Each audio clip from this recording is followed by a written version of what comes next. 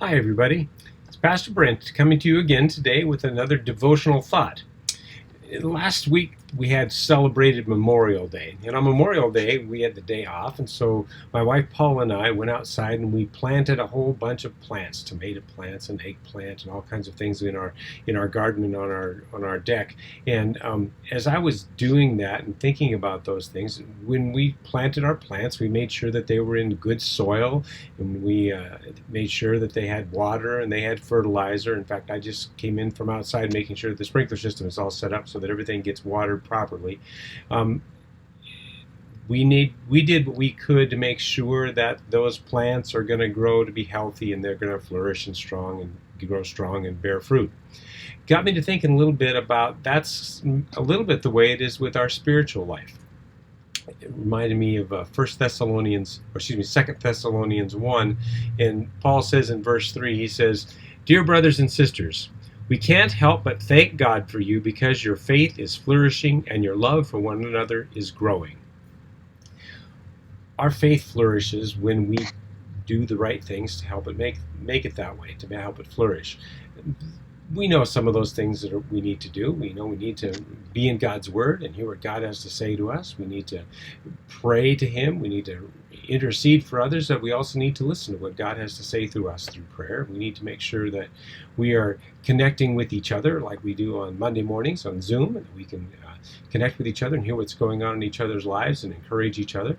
And we also do things like listening to this devotional and listening to other things on TV and on different podcasts and things like that to make sure that our faith is being encouraged. And when we do that, and most of all when we are obedient to what God says He wants us to do, then our faith grows. It's just like our plants are hopefully going to grow this year. When we do the right things and nourish our faith grows. But interestingly, Paul goes on in the verse 4 in 2 Thessalonians 1, and he says this: "We proudly tell God's other churches about your endurance and faithfulness in all the persecutions and hardships you are suffering."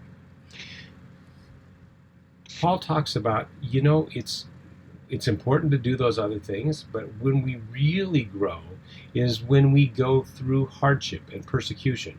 Now, we've been through this COVID-19 thing. We're kind of coming out of that just a little bit.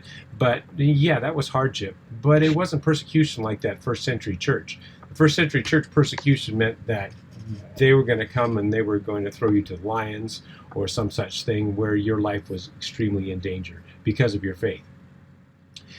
We haven't gotten to that place yet. But what happened is through that persecution and through the hardship, the faith of those people grew. Just like when we have hard situations, when we lean into God and we trust Him, even in spite of not being able to see what's going on and understanding what's happening, and we still trust God that He's got it and that He's in control of all these things, and so we trust Him. And our faith can be strengthened when we lean into God. We also can encourage each other through that hardship, like we've been doing in different ways. We've been calling each other. We've been meeting together via Zoom. It's been a challenge for us, but yet we've managed to find ways to grow together. Just like the first century church grew, we can grow through hardship too. Now, we've been talking a little bit about the COVID-19 hardship, but there's other hardships in our life, and we've talked about those too.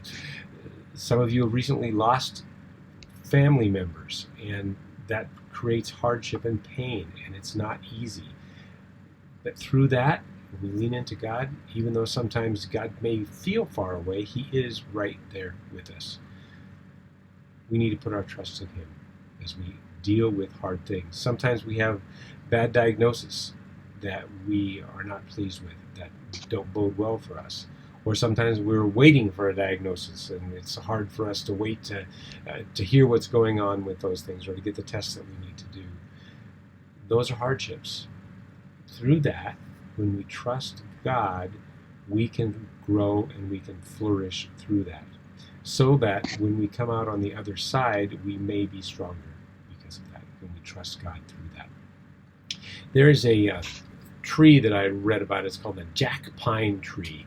and it's kind of a scrappy looking tree. It's not a beautiful pine tree. It grows in where the soil is kind of lousy and where there's not a lot of water. That's where that jack pine tree grows.